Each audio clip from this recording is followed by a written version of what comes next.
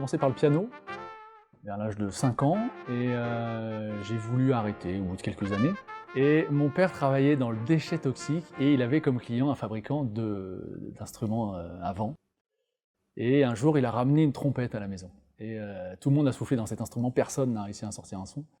Et moi, j'ai tout de suite réussi à sortir un son, qui était pas terrible, mais qui était quand même un son. Et là, je me suis dit, ah, si je peux être plus fort qu'eux pour sortir un son, allez, je vais relever le défi de cet instrument. Moi, j'écoutais de la pop américaine essentiellement. Ensuite, j'ai commencé à faire de la musique très sérieusement, on va dire, à 17 ans. Et là, j'ai écouté de la musique classique. J'ai essayé de parfaire ma culture.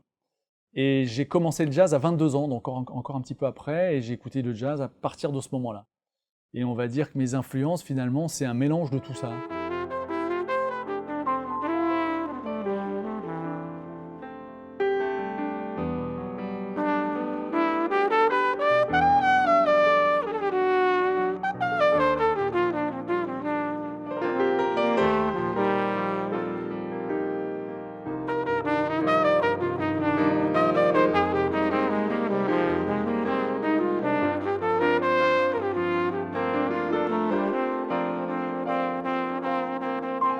J'ai eu la chance d'accompagner plusieurs artistes incroyables, d'être sur scène avec des gens que j'admirais, que ce soit Al Jarreau, Wynton Marsalis, Élodie Gardot, Michel Legrand, et tant d'autres.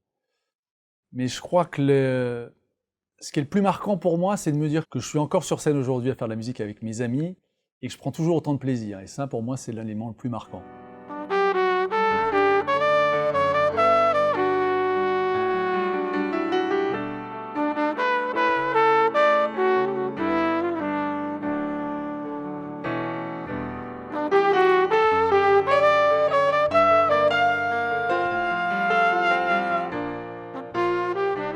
Alors j'ai découvert les instruments Yamaha. En fait, j'ai découvert Yamaha après un concert au Japon avec Dominique Fillon. J'ai rencontré des gens extraordinaires avec lesquels il y avait un vrai échange.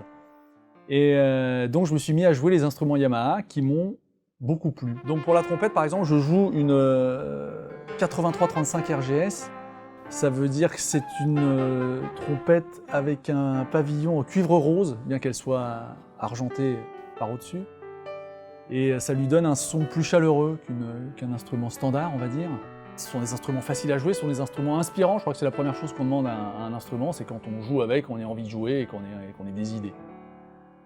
Pour les jeunes musiciens, ce que je pourrais leur dire, on est à une époque où le goût s'uniformise, et j'aurais envie de leur dire, cultivez vos différences. Voilà, c'est comme ça que vous serez uniques. Si on fait ce qu'on a en soi, finalement, c'est là qu'on devient intéressant, me semble-t-il.